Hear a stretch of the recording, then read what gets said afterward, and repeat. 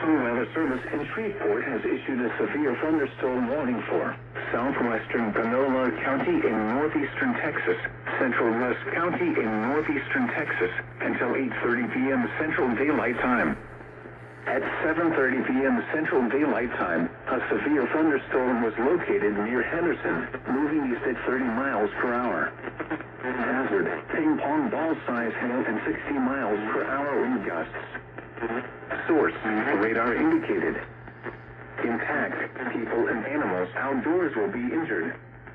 Expect hail damage to roofs, siding, windows, and vehicles. Expect wind damage to roofs, siding, and trees. Locations impacted include Henderson, Beckville, Pine Hill, Joinville, Chapman, Churchill, Fairplay, and Dotson. Seek shelter inside a well-built structure and stay away from windows. The storm is capable of producing damaging winds and large hail. A tornado watch remains in effect until 9 p.m. Central Daylight Time for a portion of northeast Texas. Repeating, a severe thunderstorm warning has been issued until 8:30 p.m. Central Daylight Time for the following counties in Texas: Panola and Rusk.